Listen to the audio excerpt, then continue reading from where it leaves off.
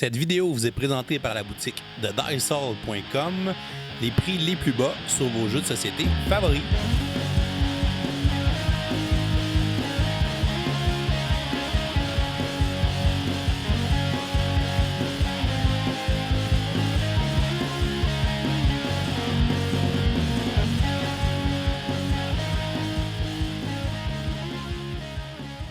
Salut les gamers, bienvenue à Professeur Board Game. Je m'appelle David. Aujourd'hui à Prototype 101, je vous présente le prototype du jeu Dinoblivion.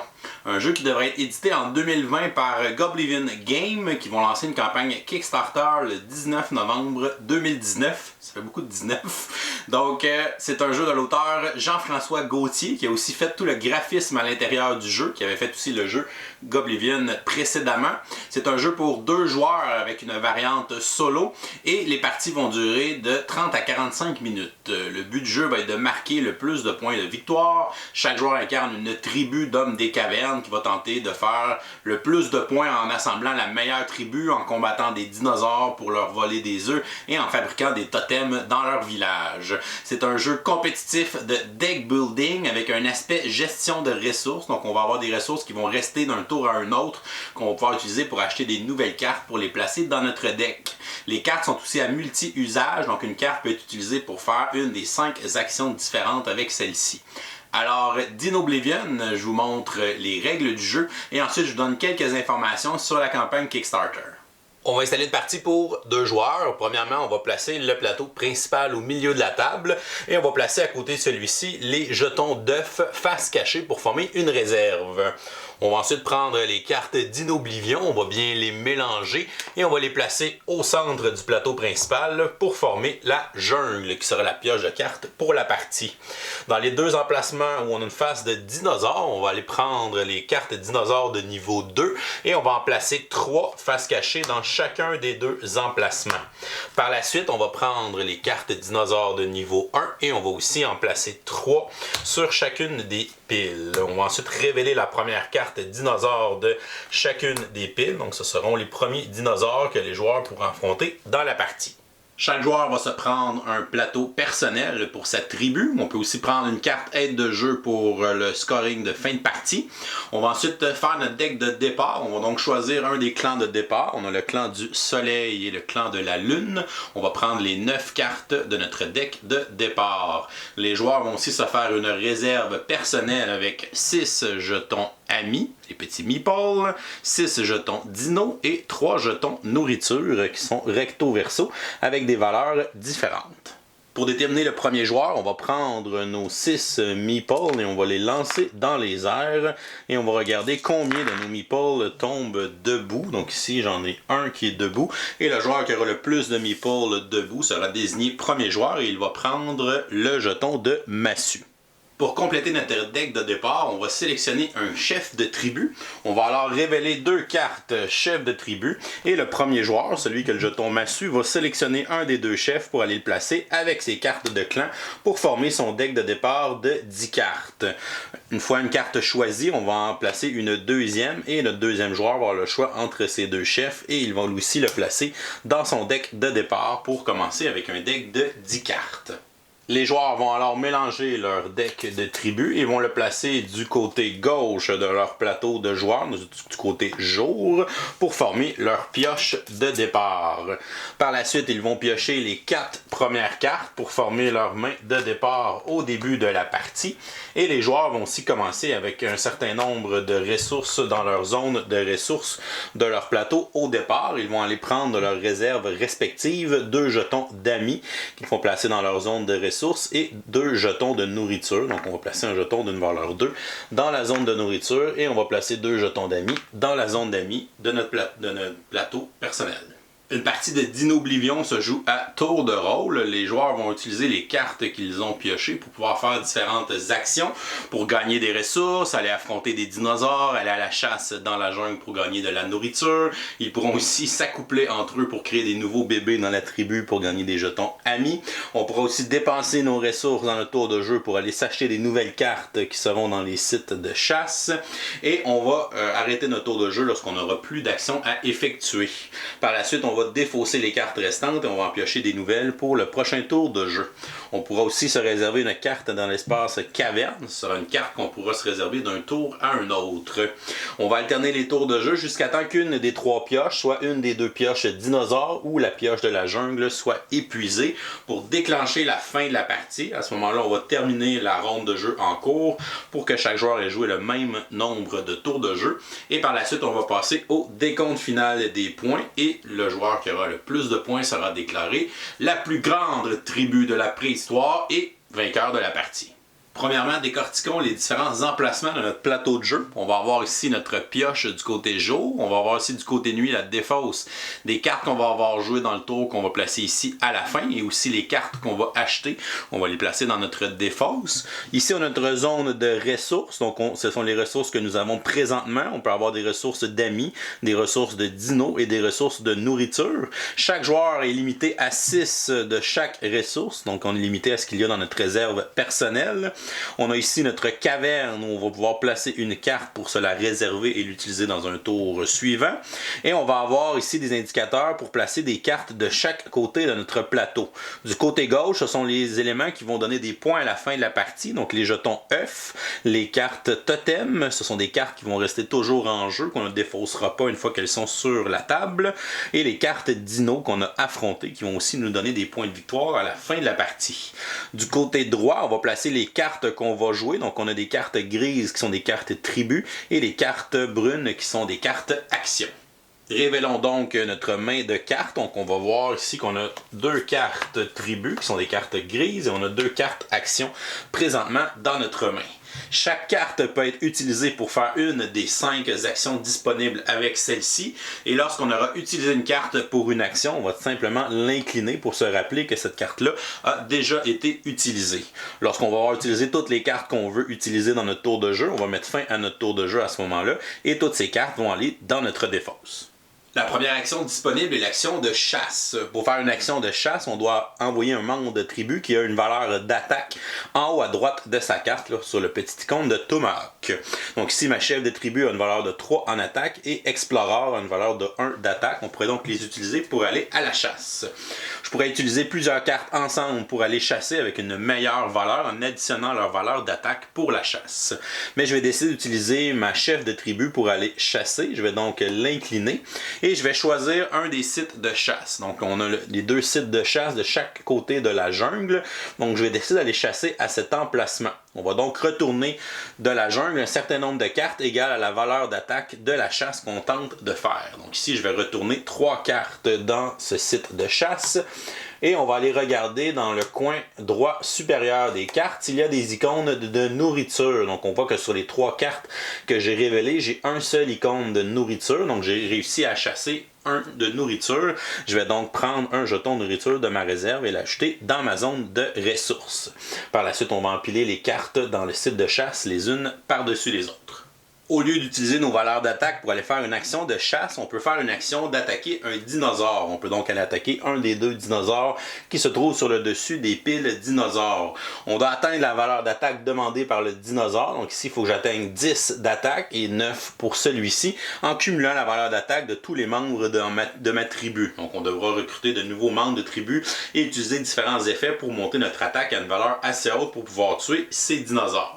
Si je réussissais à accumuler 10 en valeur d'attaque, je pourrais tuer ce dinosaure. Donc je vais devoir tuer une de mes cartes. Donc un des membres de ma tribu devra mourir pendant ce combat épique. Et on va gagner ensuite la récompense. On va gagner 2 œufs ici de dinosaures. Donc les œufs valent 1 ou 2 points de victoire. Ils sont cachés. On va donc en piocher 2 dans la réserve et les placer dans notre zone de jeu. La carte dinosaure sera aussi placée dans notre zone de jeu puisqu'elle vaudra 1 point de victoire à la fin de la partie. On aura certaines cartes de dinosaures qui, en plus de donner des œufs, vont nous donner aussi des cartes gratuites. Donc lorsqu'on aura cette icône, on va gagner n'importe quelle carte du site de chasse qui se trouve vis-à-vis ce dinosaure. On va pouvoir regarder toutes les cartes qui sont là et en choisir une et la placer directement dans notre défausse, sans payer son coût.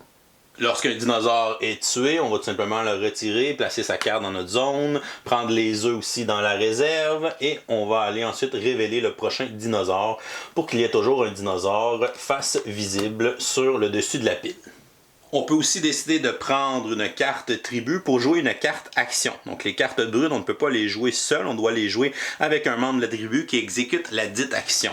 Par exemple, je pourrais utiliser cette carte de tribu en l'inclinant et en plaçant la carte action par-dessus pour pouvoir exécuter cette carte action qui permettrait de gagner 2 ressources de nourriture ou de piocher 2 cartes de mon deck. Donc on va faire un ou l'autre lorsqu'on va retrouver la barre oblique. Donc ici, je pourrais décider de piocher 2 cartes. Donc je vais piocher 2 cartes et je vais les mettre en jeu. Je vais pouvoir continuer de les utiliser dans mon tour de jeu. La 4e action est l'action de multiplication qui va demander d'utiliser un homme et une femme de notre tribu. Donc on remarque que les cartes femmes ont une icône d'amis à la gauche et les cartes hommes ont une icône d'amis à la droite. On peut donc décider d'utiliser ces 2 cartes pour se multiplier en les plaçant une à côté de l'autre pour former un symbole d'amis, ce qui nous permettra de prendre un ami de notre réserve et le placer dans notre zone de ressources. Donc on devra incliner les cartes, ils auront servi à se multiplier pour pouvoir nous faire un jeton d'amis. Et la 5e possibilité d'action est d'utiliser directement l'action sur une carte. Donc si au lieu de me multiplier, je décidais d'utiliser l'action de ma carte, ici on voit que Bananeur nous permet de gagner une ressource de nourriture. Donc je pourrais l'incliner pour gagner une ressource de nourriture et tomber ici à 4 nourritures dans ma réserve. Si j'avais utilisé ma chef de tribu pour faire son action spéciale au lieu d'aller chasser, j'aurais détruit une carte de ma tribu, donc j'aurais pu détruire cette carte-là et l'enlever de mon deck, et à ce moment-là, j'aurais gagné une ressource de nourriture et une ressource de dino dans ma zone de ressources. Maintenant que j'ai joué toutes mes cartes, sauf ma carte d'Inoblivion, ce qui est une carte d'action que je ne peux pas jouer si je n'ai plus de membres de tribu à utiliser.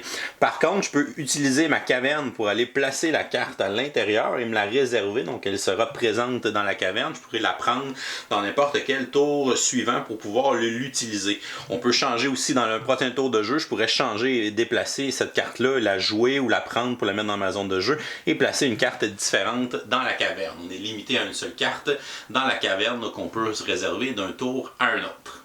Finalement, en plus des cartes qu'on peut jouer pour les différentes actions, les joueurs peuvent dépenser des ressources de leur plateau personnel pour pouvoir s'acheter des cartes qui se retrouvent dans les sites de chasse. On peut seulement acheter la carte qui est sur le dessus des 2 sites de chasse. Donc ici, je pourrais acheter un membre de tribu. On voit que son coût est inscrit en haut à gauche de la carte, donc ça demande une ressource d'amis pour pouvoir acheter cette carte et la placer dans notre tribu. Donc je vais payer une ressource d'amis, je vais la remettre dans ma réserve, je vais prendre la carte et je vais ensuite venir la placer dans la défausse de mon plateau personnel. On va ensuite révéler une autre carte en dessous, donc je pourrais continuer à faire l'achat de cette carte-là, qui est une carte totem, donc c'est une carte qui va coûter 4 ressources de nourriture, donc je pourrais payer 4 ressources de nourriture de mon plateau personnel pour pouvoir elle aussi l'ajouter dans ma défausse. Lorsque je ne veux plus acheter de cartes ou que je ne peux plus acheter de cartes parce que je n'ai pas assez de ressources et que je n'ai plus de cartes à activer, à ce moment-là, ça va mettre fin à mon tour de jeu. On va donc prendre toutes les cartes de notre zone de jeu à droite de notre plateau et on va venir les placer elles aussi dans la défausse. On va garder la carte dans la caverne intacte et on va devoir se piocher 4 nouvelles cartes pour la prochaine main de carte. Si jamais je n'avais pas eu 4 cartes à piocher, donc si par exemple j'avais seulement 3 cartes dans mon deck, à ce moment-là, on va déclencher la rage des dinosaures. Donc les dinosaures vont faire rouler un certain nombre de cartes de la jungle vers les sites de chasse selon le niveau du dinosaure. Donc ici, ce sont des dinosaures niveau 1. On va donc aller placer une carte dans chacun des sites de chasse. Et après ça, on va pouvoir prendre les cartes de notre défausse, les mélanger et on va pouvoir se refaire un nouveau deck de cartes et on va pouvoir continuer à piocher pour se rendre à une main de 4 cartes pour le prochain tour de jeu. Et ensuite on passerait au tour du prochain joueur qui va effectuer son tour de jeu. Les cartes totem sont des cartes brunes d'action qui fonctionnent différemment des autres cartes d'action. Donc ici, c'est ma main de carte pour le prochain tour de jeu. Donc si je veux mettre la carte totem en jeu, je vais devoir utiliser un membre de ma tribu comme n'importe quelle carte d'action. Par contre, lorsqu'elle va être activée, on va la placer du côté gauche de notre plateau personnel et elle va rester de ce côté-là jusqu'à la fin de la partie. Donc une fois en jeu, les cartes totem vont rester sur la table et on pourra utiliser leurs effets de jeu à chaque tour de jeu. Donc j'ai tout simplement à incliner la carte totem une fois qu'elle est dans ma zone de jeu. Je n'ai plus besoin de l'utiliser avec un membre de la tribu pour effectuer son action ici qui est de gagner un jeton d'amis. Et ici, pour terminer mon tour de jeu, je pourrais utiliser mon autre action pour gagner un autre jeton d'amis. Et à la fin du tour de jeu, lorsqu'on va placer toutes nos cartes dans la défausse, on va pouvoir redresser nos cartes totem. Et on va alterner les tours de jeu jusqu'à temps qu'on vide une des 3 pioches du plateau principal. Donc soit une des pioches dinosaures ou bien la pioche de jungle. Et à ce moment-là, ça va déclencher la fin de la partie. Donc si c'est le joueur qui a la massue qui déclenche la fin de la partie, il va terminer son tour de jeu. Et l'autre joueur va avoir un dernier tour de jeu pour que les deux joueurs aient joué le même nombre de tours dans la partie. On va ensuite passer au décompte final des points. On peut utiliser la carte aide de jeu pour se rappeler le scoring des différents éléments. On va donc avoir 2 points par icône de famille qu'on va être capable de faire avec les membres de notre deck, donc tous les membres de notre tribu. Donc ici j'en ai 1, 2, 3, 4, 5 à 2 points chacun, ça me fait 10 points avec mes membres de tribu. On a ensuite les cartes totem, donc chaque symbole de totem va me donner 1 point de victoire. On a ensuite chaque dinosaure tué qui va me donner 1 point de victoire, donc 1, 2, 3, 4, 5 points pour mes dinosaures. Et finalement, on va révéler nos œufs, donc de l'autre côté. Donc les œufs vont valoir 1 ou 2 points de victoire et on va additionner ces valeurs-là pour faire notre score final. Le joueur qui aura le plus haut score sera déclaré vainqueur. Si jamais on a une égalité, c'est le joueur qui a le plus de niveaux de dinosaures tués qui va départager l'égalité. Et voilà, c'est comme ça qu'on joue à Dinoblivion. Je vous reviens avec quelques informations supplémentaires sur la campagne Kickstarter. Premièrement, je voudrais spécifier que tout ce que vous avez vu dans cette vidéo vient d'une version prototype de Dinoblivion, donc les jetons, les plateaux, tout ça. Donc c'est vraiment du matériel de prototype, ce n'est pas de quoi ça va avoir l'air dans la version finale, donc on va avoir évidemment une meilleure qualité. Ça peut aussi que certains visuels changent d'ici la version finale que vous allez voir sur Kickstarter, qui devrait être lancé le 19 novembre 2019. On va vous mettre le lien dans la description dès qu'on va l'avoir. Vous pourrez cliquer là-dessus pour avoir plus d'informations sur la campagne. Le jeu va être disponible en français et en anglais. En fait, il va y avoir le livre de règles des 2 langues et le jeu n'a pas de texte en tant que tel sur les cartes, donc c'est vraiment juste du symbolisme, donc c'est vraiment les règles qui vont être français-anglais dans le jeu. Le jeu va être disponible autour de 33 $ canadiens sur Kickstarter, ce qui est vraiment pas cher à payer pour un jeu sur Kickstarter, avec évidemment les frais de livraison. Dinoblivion, un jeu qui mélange bien le deck building avec un petit aspect gestion de ressources et qui amène beaucoup de choix stratégiques avec ses cartes à multi-usage. Tout ça dans un bel enveloppe très thématique. Donc si c'est un jeu qui vous intéresse, on vous invite à aller voir la campagne Kickstarter pour pouvoir vous le procurer et encourager un concepteur québécois, Jean-François Gauthier de Goblivion Game. Donc on vous laisse le lien dans la description de la vidéo pour la campagne Kickstarter, donc allez voir ça si c'est un jeu qui vous intéresse. Et voilà, c'est tout pour aujourd'hui. Si vous n'êtes pas encore abonné à la chaîne, vous pouvez cliquer sur notre petit bonhomme ici en bas pour vous abonner. Sinon, vous pouvez nous joindre par Facebook, nous suivre en fait sur Facebook, Twitter ou Instagram à Professeur Board Game et vous pouvez nous supporter sur notre campagne Patreon. Je vous souhaite une excellente fin de journée et continuez de gamer.